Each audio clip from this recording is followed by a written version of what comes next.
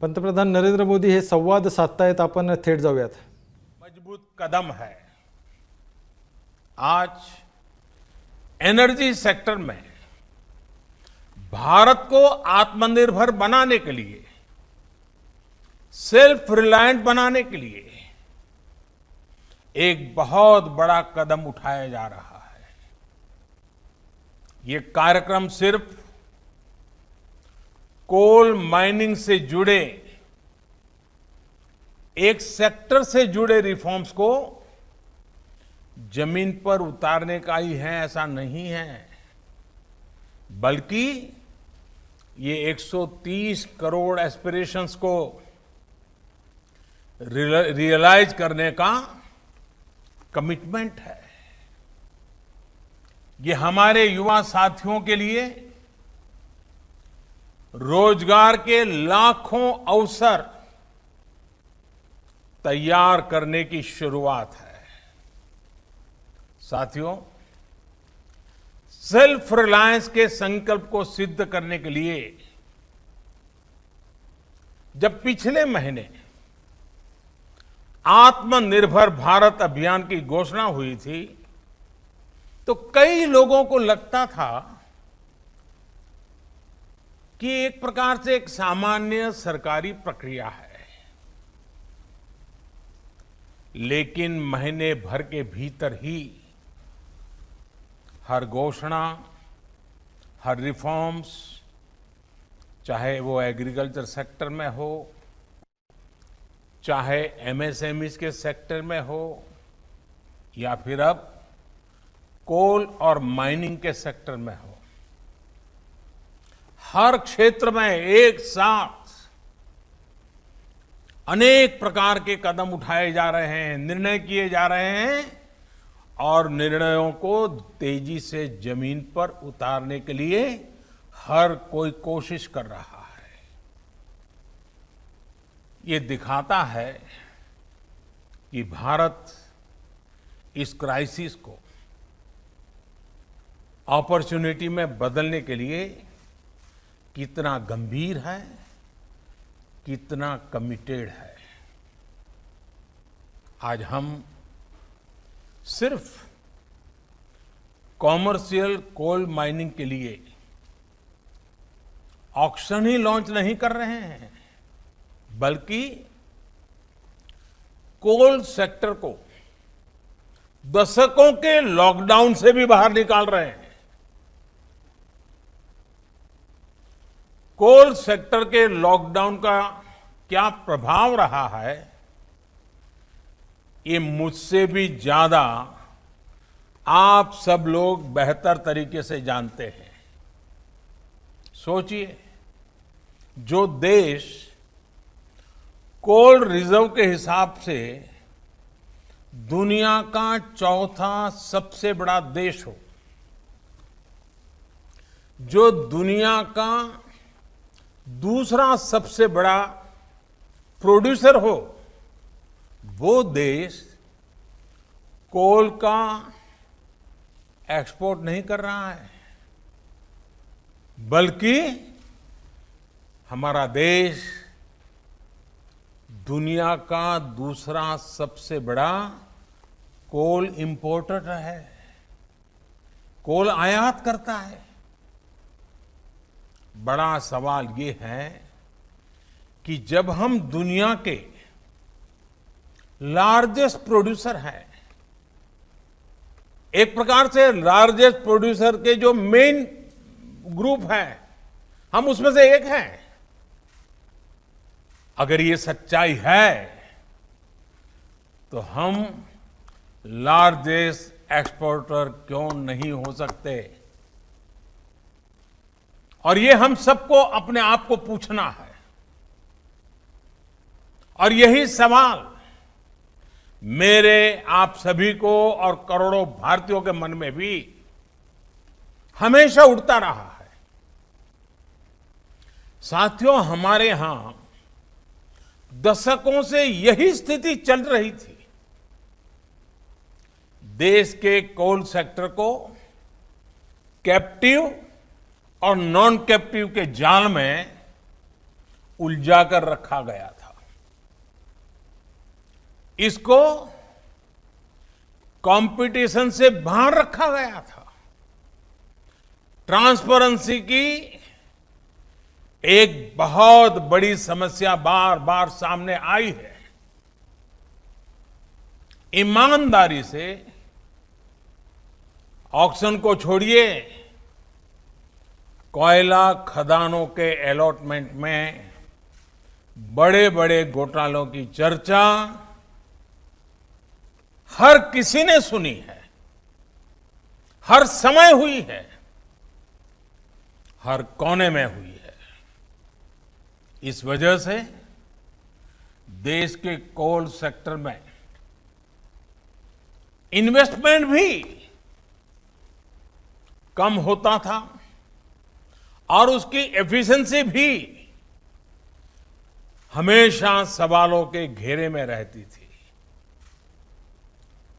कोयला निकलता किसी राज्य में था, जाता सैकड़ों किलोमीटर दूर किसी अन्य राज्य के पावर प्लांट के लिए होता था, जबकि वे राज्य के पावर प्लांट्स कोयले का इंतजार करे रह जाते थे। यानी काफी कुछ मिसमैनेज था, अस्त व्यस्त था। साथियों, साल 2014 के बाद इस स्थिति को बदलने के लिए एक के बाद एक कई कदम उठाए गए।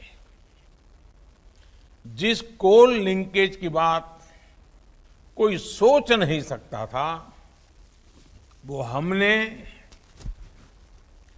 करके दिखाया। ऐसे कदमों के कारण कोल सेक्टर को मजबूती भी मिली।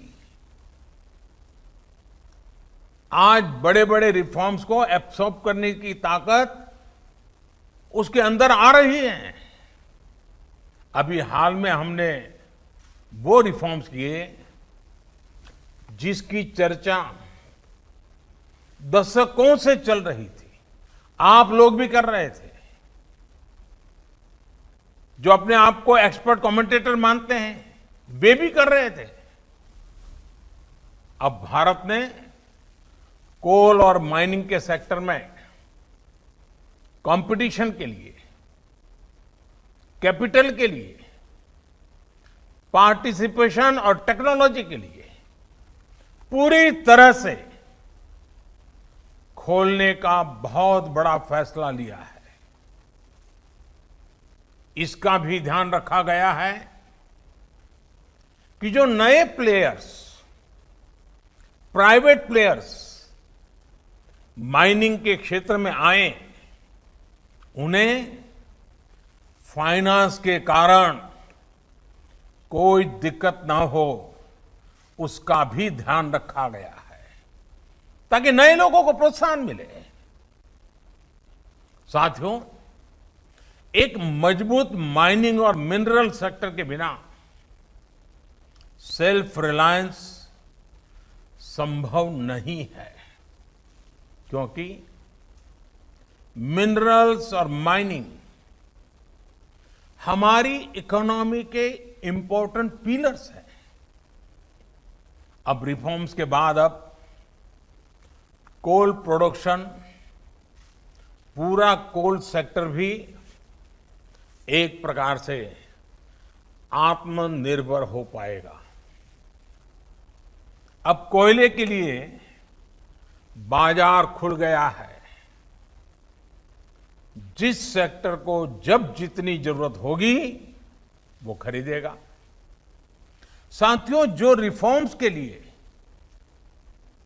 और जो रिफॉर्म्स हमने किए गए हैं, उसका लाभ सिर्फ कोल सेक्टर को ही नहीं, दूसरे अन्य सेक्टरों पर भी पड़ेगा।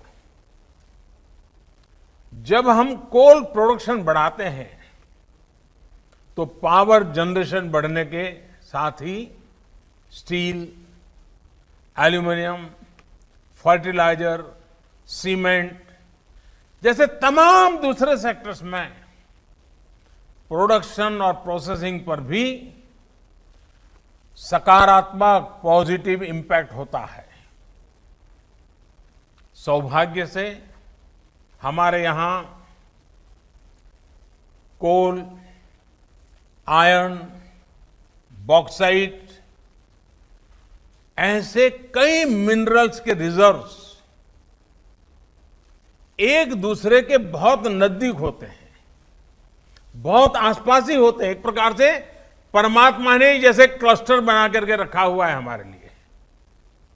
ऐसे में हाल में ही मिनरल्स को लेकर जो रिफॉर्म्स किए गए थे वो कोल माइनिंग रिफॉर्म्स के साथ जुड़ जाने से ये बाकी सेक्टर भी बहुत मजबूत हो गए हैं। साथियों, कॉमर्शियल कोल माइनिंग के लिए आज जो ऑक्शन की शुरुआत हो रही है वो हर स्टेक होल्डर्स के लिए विन विन सिचुएशन है। इंडस्ट्रीज को, आपको, अपने बिजनेस, अपने इन्वेस्टमेंट के लिए हम नए रिसोर्सेज मिलेंगे, नया मार्केट मिलेगा। इसके साथ ही राज्य सरकारों को बेहतर रेवेन्यू मिलेगा। देश की एक बड़ी आबादी को रोजगार मिलेगा। एक प्रकार से गरीबों की सेवा का काम कोयले से भी हो सकता है, इसका विश्वास पैदा होगा। यानी हर सेक्टर पर एक पॉजिटिव असर देखने को मिलेगा। और मैं जो फील कर रहा हूं, इसके कारण हमारे देश के गरीब इलाकों के और गरीब लोगों के सबसे ज्यादा आशीर्वाद हम सबको मिलने वाले हैं।